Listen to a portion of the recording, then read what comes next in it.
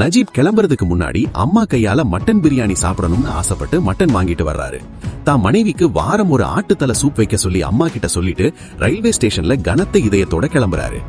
காலையில எந்திரிச்ச நஜீப்பை எட்டி உதச்சி எழுப்பி ஆடு மேய்க்க சொல்றாரு.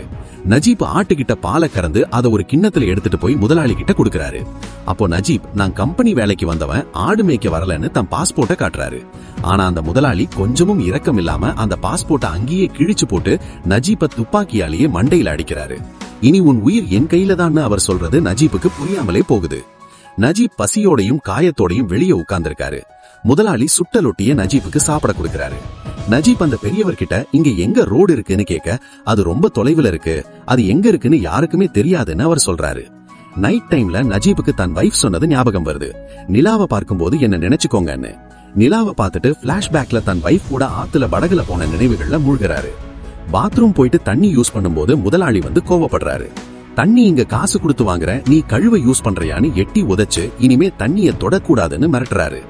அங்க வேலை செய்யற பெரியவர் தண்ணிக்கு பதிலா மண்ணை யூஸ் பண்ணன்னு சொல்றாரு. நஜீப்புக்கு இது எவ்வளவு பெரிய நரகம்னு அப்பதான் புரியுது.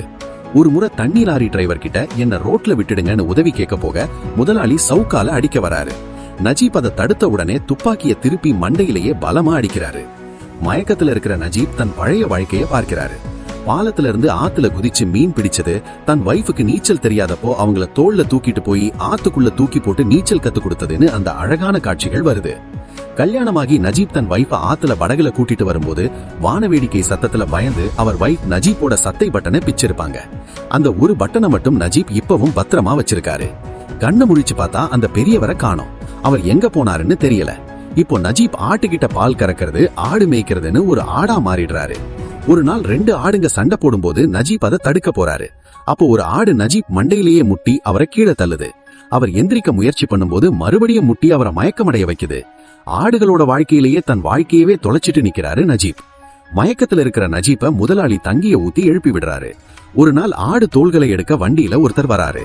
அந்த வண்டி கண்ணாடியில தன் முகத்தை தற்செயலா பார்க்கிற நஜீப் அதிர்ந்து போறாரு. அழுக்கு படிஞ்சு வளர்ந்த தாடியோட மனுஷன் மாதிரியே இல்லாம இருக்கிற தன் உருவத்தை பார்த்து கதறி அழறாரு. இங்க வந்து இவ்வளவு நாள் ஆயிடுச்சான்னு அவருக்கு அப்பதான் தோணுது. உடனே இங்க இருந்து தப்பிக்கணும்னு முடிவெடுக்கிறாரு. தப்பிக்க போற வழியில அங்க முன்னாடி வேலை செஞ்ச பெரியவர் இறந்து கிடக்கிறத பாக்குறாரு. கழுகுகள் அவரோட உடம்ப பிச்சு சாப்பிட்டுட்டு இருக்கு. அதை பார்த்ததும் நஜீப் பயந்து ஓடுறாரு.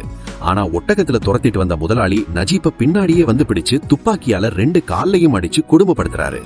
நஜீப்ப மந்தையிலேயே கயிறு போட்டு கட்டி வைக்கிறாரு.